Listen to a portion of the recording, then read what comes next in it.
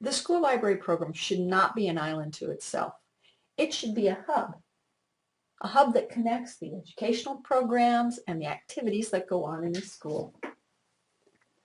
This week, read Chapter 14 in your text, the excerpt from Empowering Learners, which I posted under Week 8, and then find an article using the Calvin T. Ryan, the UNK Library databases about how the school library program can support the educational programs, assessments, new reforms, or trends of the school community.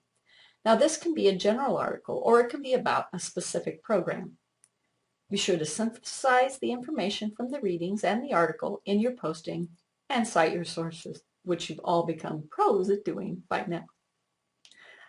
I thought I would make the following announcement early so that you could all begin ironing out the details for your next project, the Selection for Curriculum Mapping project, and it's due in a couple weeks. The project is comprised of parts. The first is a curriculum map. You will find a curriculum map, or you'll develop one, for one subject across one grade level for the school year. So, for example, you might choose a social studies curriculum for 4th grade for your project.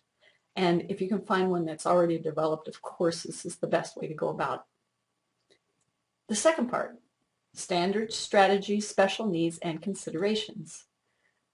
List the standards taught under the curriculum you chose, the teaching strategies used, and this would mean something like the teacher teaches from the textbook, videos are used to reinforce the concept, or something like there's a pioneer fair. And then you also want to take a look at the special needs considerations for this particular part of the curriculum. And for special needs, I mean ELL, gifted, disabilities. Then you'll write a needs resource weakness report. In a narrative, evaluate how the existing materials in the classroom and the school library meet the instructional needs in the selected area. And again, be sure to include special needs considerations. So what you'll be doing is you'll be looking at what's being taught, how it's being taught, and see if the materials that are available in the classroom and the library support this curriculum. Do they have enough materials to do what they're setting out to do? You write this narrative, and in this narrative, the resource areas that need improvement should come to the front. In the 4th section, you'll create a recommendations list.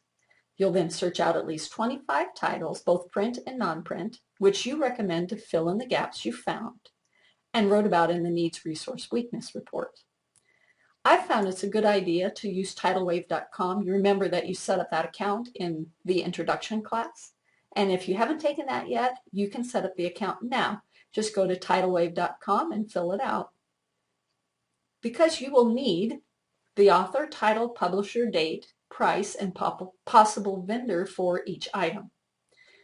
Be sure to include materials that meet special needs considerations. Now, an ISBN number or an order number is also helpful. Now, if you use the Jobbers catalog, such as TidalWave.com, all of these things are included, so that makes it a lot easier.